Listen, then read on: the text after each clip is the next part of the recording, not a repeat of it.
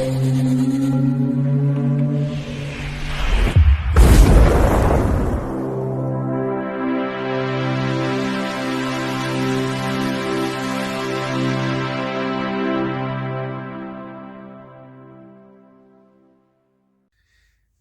Bayek, it's me Ian.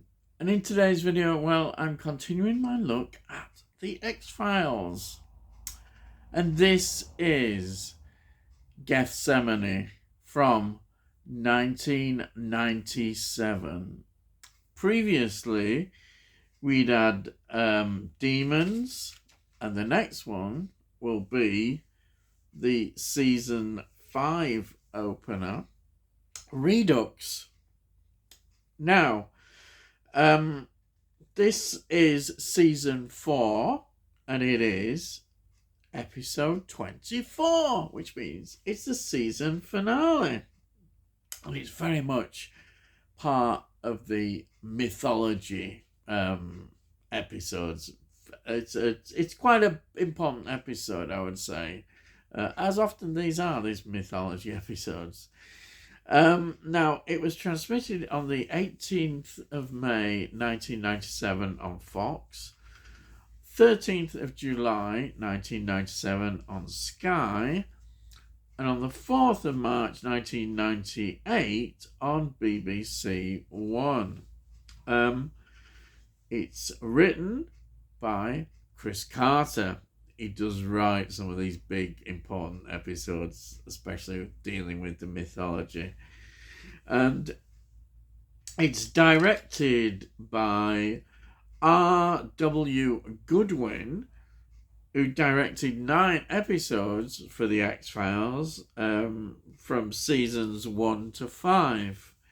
The music is by Mark Snow.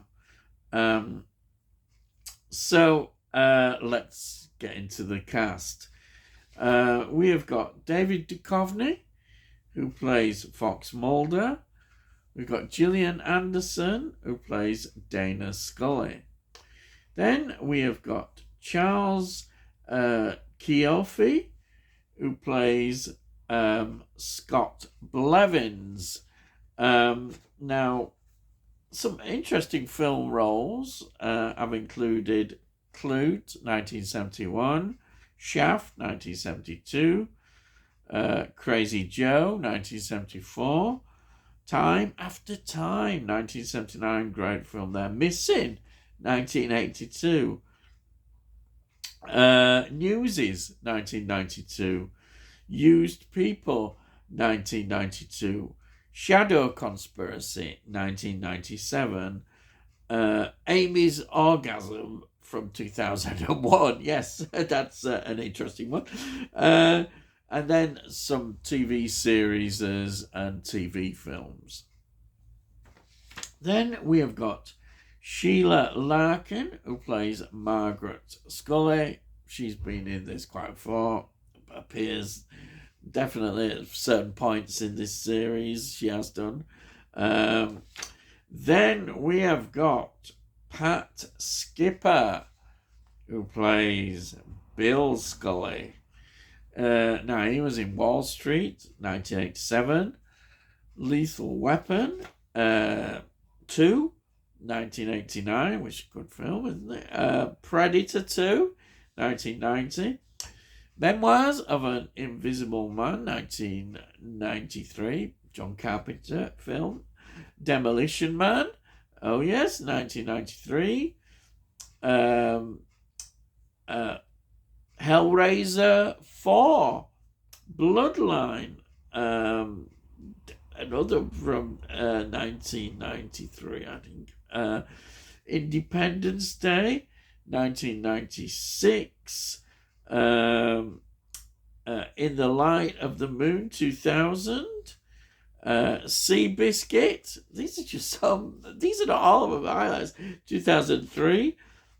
Halloween, 2007. The Rob Zombie version. Babylon, 2022. And Oppenheimer, crikey, 2023. And well, what can I say? These are just some of the highlights of the films. There's a lot more than that as well. Then we've got Matthew Walker, who plays Alinsky. He was in We're Not Angels, 1989. The Crush, 1993. Night at the Museum, 2006. Christmas in Wonderland, 2007. And again, a lot of TV series and TV films. Then we have got John Finn, who plays Michael Krasinski. I can't say this one. Krishanto. Yes, well, I'm going to have to be pronouncing that a bit more as well, because he's going to appear at various times again. Oh, yes, he's another informer. So he's going to be in this. He was in The Pope of Greenwich Village, 1984. Shakedown, 1988. Glory, 1989. Desperate Hours, 1990. Cliffhanger, 1993. Got a lot of films here. Kalita's Way, 1993. And these are just some of the highlights. Pelican Brief, 1993. Trojan War, 1992. Analyze That, 2002. The Gift, 2014. Ad Astra, 2019. Again, a lot of TV series, but he's well known in Cold Case between 2003 and 2010, where he played John Stillman. 456 episodes. Wow. Yes, amazing. So that is the cast. The music is, of course, by Mark Snow, and the locations we have got are Squamish, yes, that's in British Columbia, Canada. Burnaby, again, British Columbia and Canada, and again, Vancouver. And I have to say, they look great.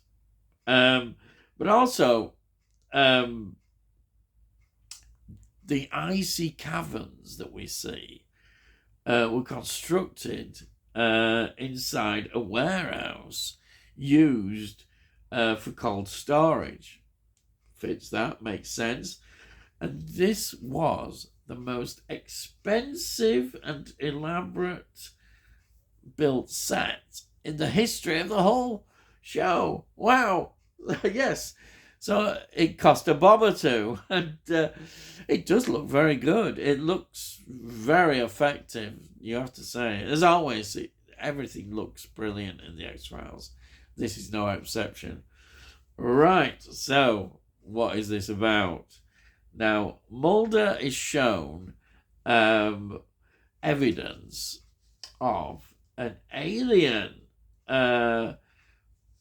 We see this frozen alien, and there it is. It's what he's been looking for.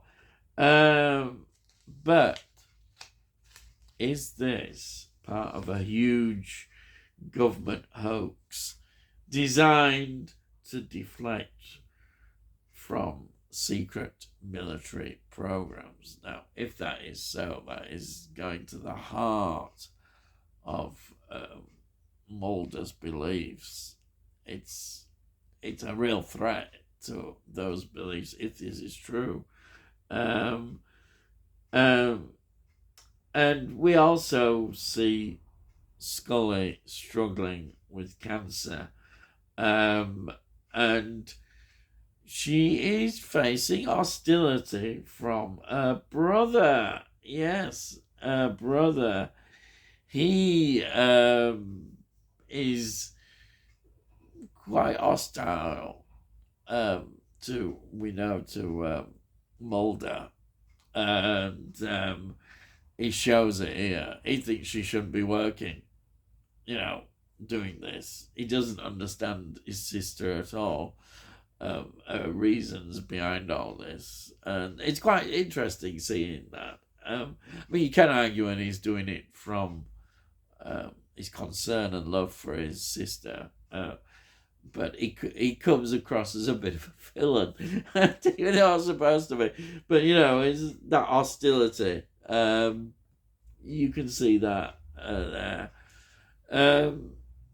So, as I say, we've got another reoccurring character appearing, who's going to add, or maybe not, we'll see, to the mix again, as we always have these sort of characters who have been, we call them like deep throat characters who add more information, or we think they do.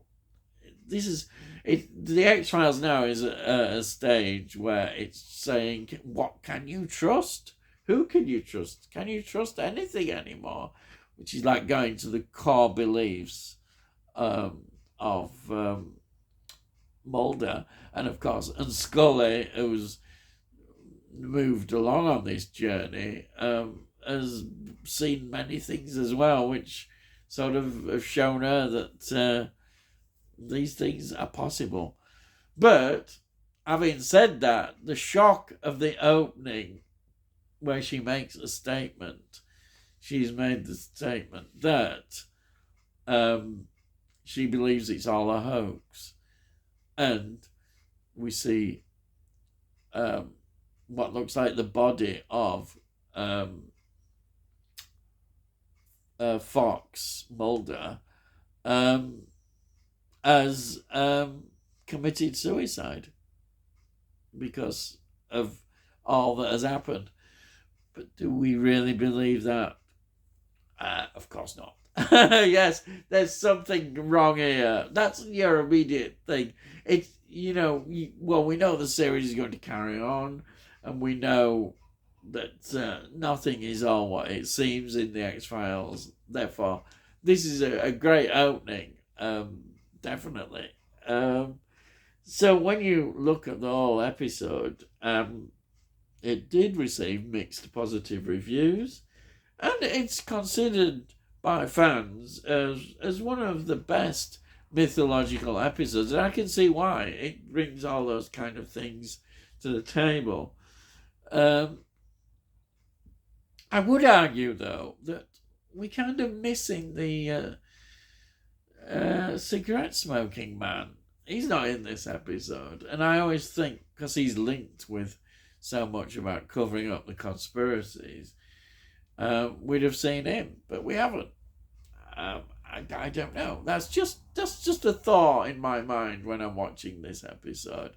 As much as we see all this new stuff, you almost want him to pop up again, because he's such a major part of the X-Files, and he's not in this episode. So that's just my thought on that episode. I say, even though it is highly thought of, I would have liked to have seen him here again, but he's not. So that's it. Yes. Yeah. Well, that's it. Yes.